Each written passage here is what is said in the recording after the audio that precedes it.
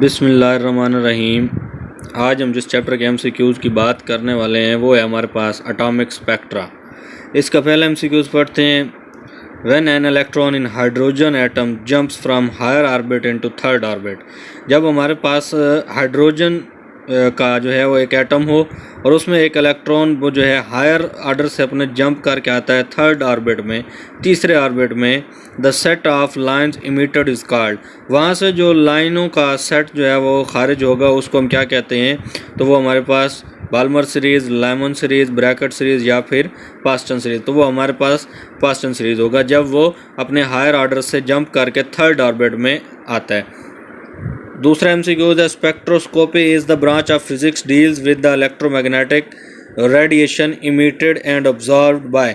ये एक डेफिनेशन लिखी हुई है स्पेक्ट्रोस्कोपी की कि ये फिज़िक्स की वो शाख होती है जो इलेक्ट्रोमैग्नेटिक रेडिएशंस जो जज़ब होती हैं या खारिज होती हैं किन से, तो ये हमने उसे बताना है। नंबर एक वो कहता है एटम से, मालिक्यूल से, या बोथ, या नन ऑफ दीज। तो इसमें एटम्स हों या मालिक्यूल्स हों, वो जो इलेक्ट्रोमैग्नेटिक रेडिएशंस एब्जॉर्ब करते हैं या इमिट करते हैं, तो हम फिज़िक्स की जिस शाख में उनको डील करते हैं वो हमारे पास स्पेक्ट्रोस्कोपी कहलाती है। तो यहाँ पर एटम्स और मालिक्यूल्स दोनों बातें दुरुस्त हैं। Paschen series lies in which reason, जो पास्टन सीरीज होती है वो किस रीजन में लाया करती है? विजिबल रीजन में, अल्ट्रावायलेट रीजन में, या उसके बाद हमारे पास है इंफ्रारेड रीजन और फार इंफ्रारेड रीजन। तो ये हमारे पास पास्टन सीरीज जो लाया करती है वो होता है इंफ्रारेड रीजन। उसके बाद 4 different elements can be identified by spectroscopy on the basis of intensity, wavelength, range या नन ऑफ दिस। तो ये हमारे पास जवाब आता है इसका वेवलेंथ। हम स्पेक्ट्रोस्कोपी में मुख्तलिफ किस्म के जो एलिमेंट्स हैं उनकी शनाख्त उनकी वेवलेंथ की मदद से करते हैं। The transition of inner shell electron in heavy atoms give, जो ट्रांजिशन होती है इनर शेल्स में इलेक्ट्रॉन्स की, जो हैवी एटम्स होते हैं उनमें, वो क्या चीज़ हमें देते हैं? अल्फा रेज देते हैं, बीटा रेज, गैमा रेज या एक्स रेज। तो ये हमें एक्स रेज प्रोवाइड करते हैं। डी वाला ऑप्शन यहाँ पर हमारे पास दुरुस्त है।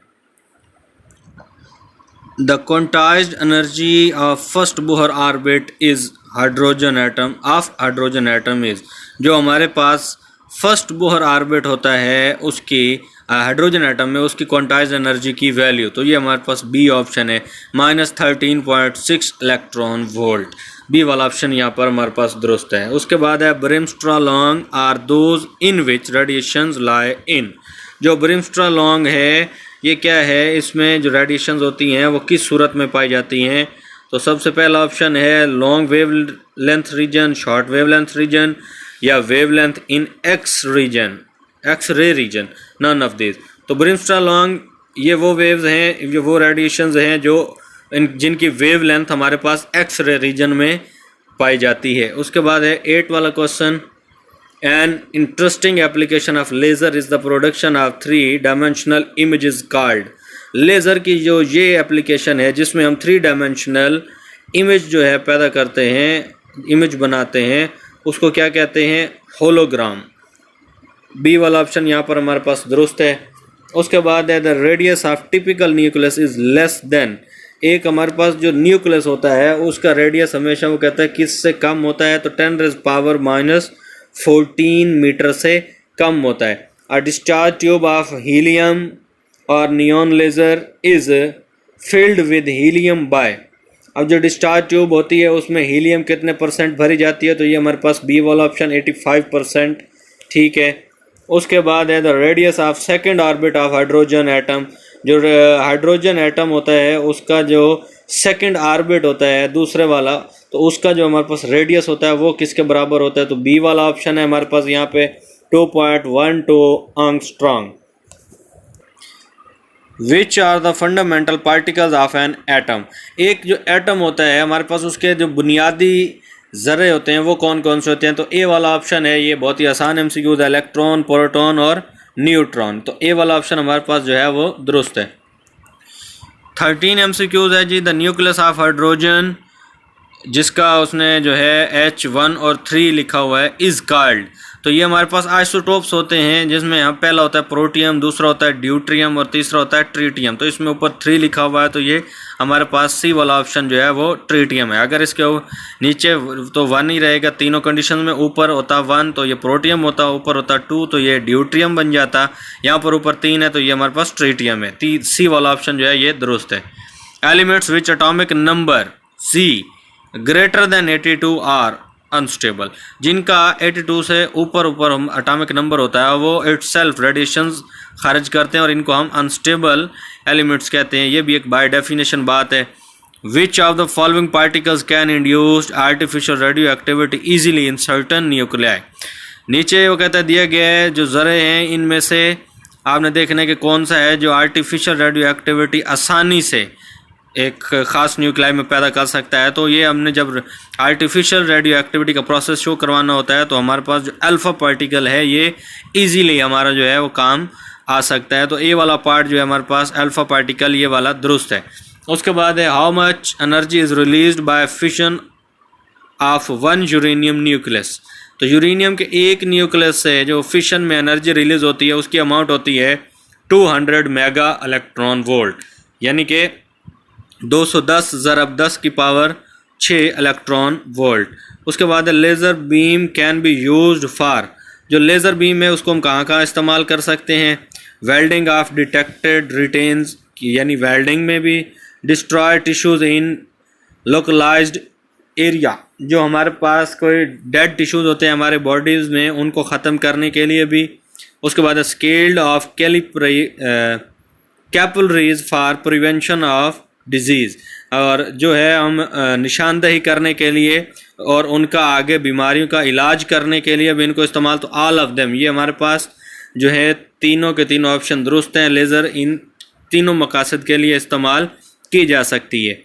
उसके बाद laser beam can be use to generate, laser beam को हम क्या चीज़ पैदा करने के लिए इस्तेमाल कर सकते हैं। 1 डायमेंशनल इमेज, 2 डायमेंशनल इमेज, या उसके बाद है 3 dimensional image.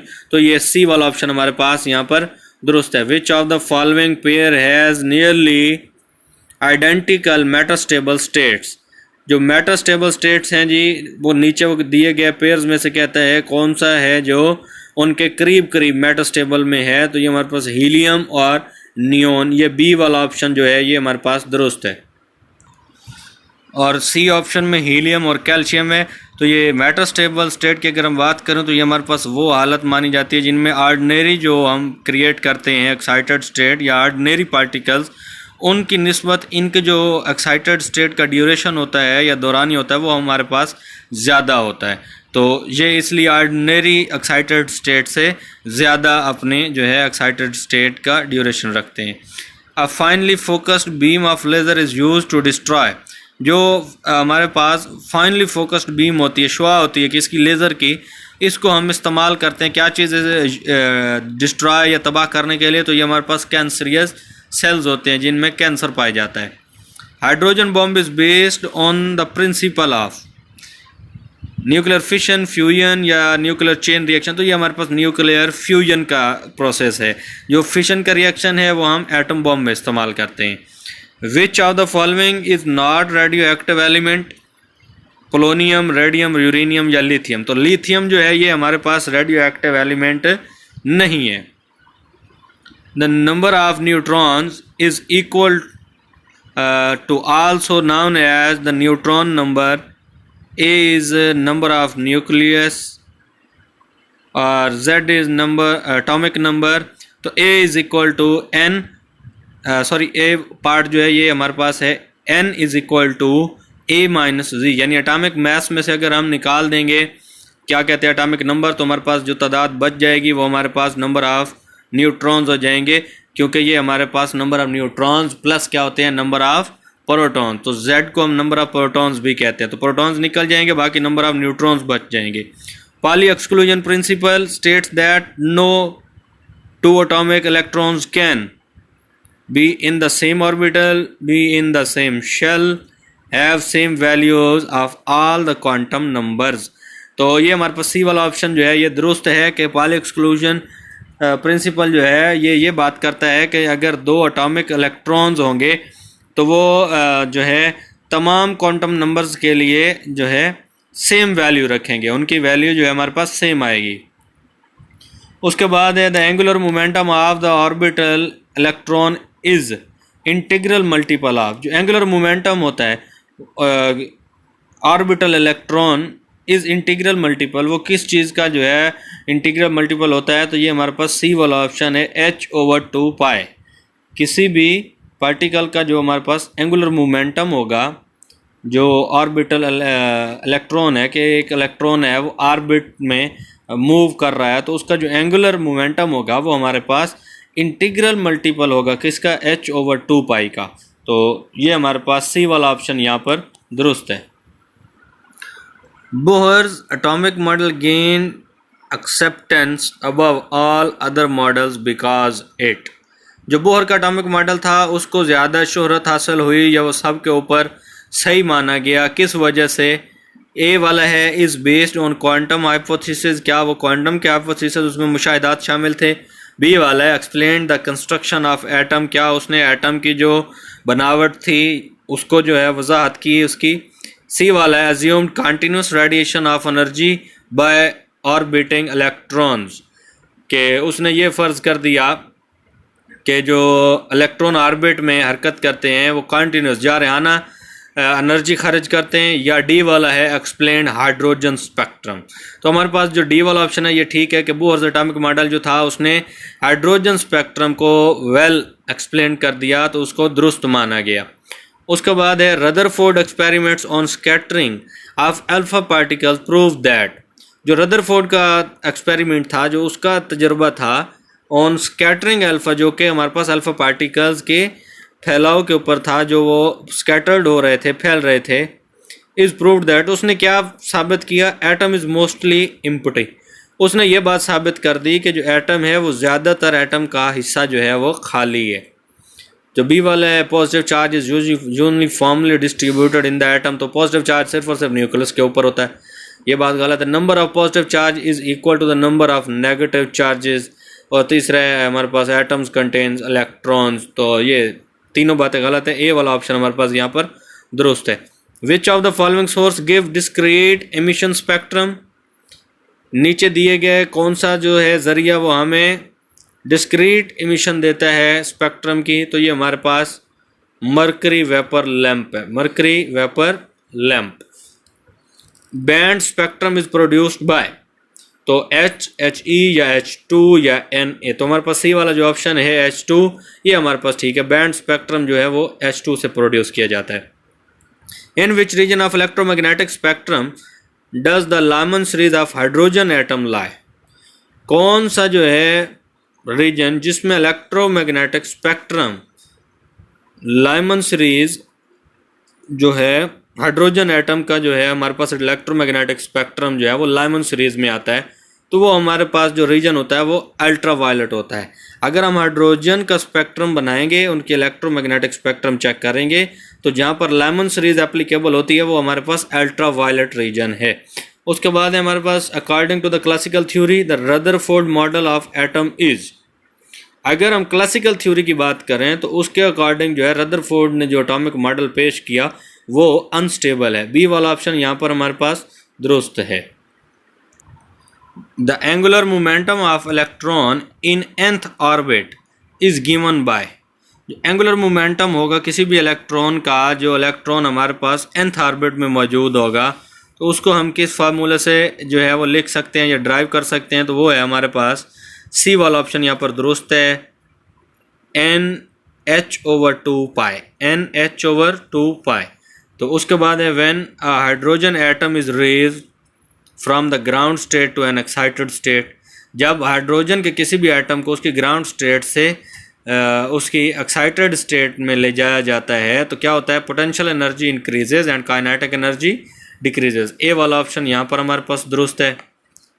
How does the energy difference between the constructive energy level vary as the quantum number n increases, वो कह रहा है कि जो एनर्जी डिफरेंस है किस किस में कंस्ट्रक्टिव एनर्जी लेवल्स में, वो किस तरह बढ़ता है as the quantum number n increases, जैसे जैसे हम क्वांटम नंबर n बढ़ाते हैं तो ये ए वाला ऑप्शन है इंक्रीज डिक्रीज, सी वाला है रिमेन्स अनचेंज, डी वाला जो ऑप्शन है first increase and then decrease, पहले क्या करेगा बढ़ेगा फिर उसके बाद क्या हो जाएगा कम हो जाएगा। ये हमारे पास डी वाला ऑप्शन यहाँ पर दुरुस्त है।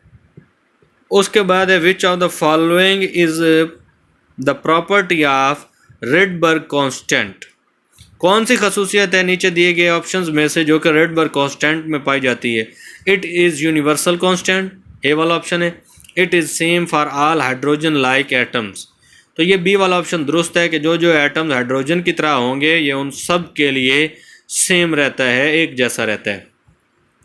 Which source is associated with a line emission spectrum, line emission spectrum में कौन सा जरिया है, इलेक्ट्रिक फायर है, नॉन स्ट्रीट साइन है, या रेड ट्रैफिक लाइट है, या सन है। तो ये हमारे पास जो सोर्स है हमारे पास जो बी वाला ऑप्शन है कि नॉन स्ट्रीट साइन, ये वाला जो है ये शो करता है ऐसा ही जैसा कि लाइन इमिशन स्पेक्ट्रम वाला साइन होता है। If we consider electrons and photons are the same wavelength, कि हम ये मान लें कि इलेक्ट्रॉन्स और जो फोटॉन्स हैं उनकी वेवलेंथ अगर सेम है then they will have the same, तो फिर उनमें क्या चीज़ सेम हो जाएगी। ए वाला ऑप्शन है हमारे पास उनकी वेलोसिटी, दूसरा है एंगुलर मोमेंटम, तीसरा है एनर्जी, चौथा है हमारे पास मोमेंटम। तो ये हमारे पास डी वाला ऑप्शन जो है कि उनकी मोमेंटम जो है वो दुरुस्त हो जाएगी, वो ठीक हो जाएगी, वो दोनों की सेम हो जाएगी, तो डी वाला ऑप्शन हमारे पास ठीक है। Spectral lines are emitted from hydrogen atoms when electrons, जो स्पेक्ट्रल लाइंस हैं वो हाइड्रोजन एटम से कब निकलती हैं, जब इलेक्ट्रॉन्स क्या करते हैं अब्जॉर्ब एनर्जी, जब एनर्जी ऑब्जॉर्व करेंगे तो वो रेडिएशन को खारिज करेंगे।